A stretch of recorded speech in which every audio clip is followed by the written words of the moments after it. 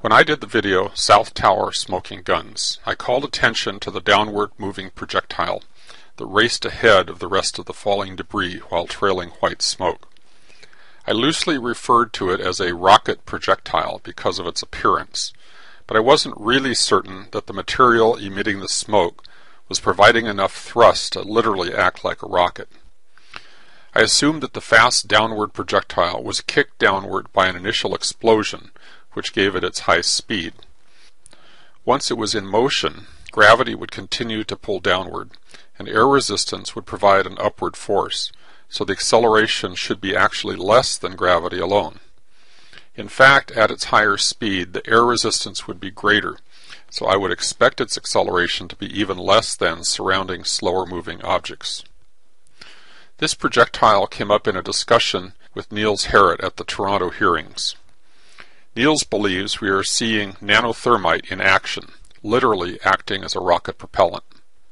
I figured it was the cause of the smoke and fragmentation that we see in other projectiles, but I was not convinced that the unconfined expanding gases on an open surface by itself would produce significant thrust.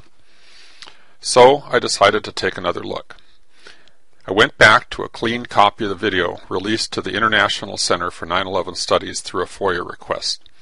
I registered the frames to compensate for the camera motion and brightened the images. When I tracked the projectile, I noticed there was an outburst of white smoke partway down. I was surprised to find that the visible outburst coincided with a slight change in direction and a very noticeable change in the downward acceleration. Prior to the outburst, the downward acceleration was about a third of gravity, as I expected. Since this object was already significantly ahead of its neighbors, this is evidence of an initial explosive kick launching it downward. In the half-second following the outburst, however, the downward acceleration rose sharply to 15 meters per second squared, or about 1.5 Gs. Thereafter, the acceleration continued, but fell back to a little less than G. The outburst gave the object a major kick, and then continued to provide enough thrust to largely compensate for air resistance. It is clear that we are looking at a very energetic material on the object. Niels is right.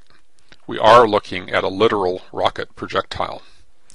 The object, by the way, appears from other photographs to be a perimeter wall unit 30 feet long, 10 feet wide, and weighing about 4 tons.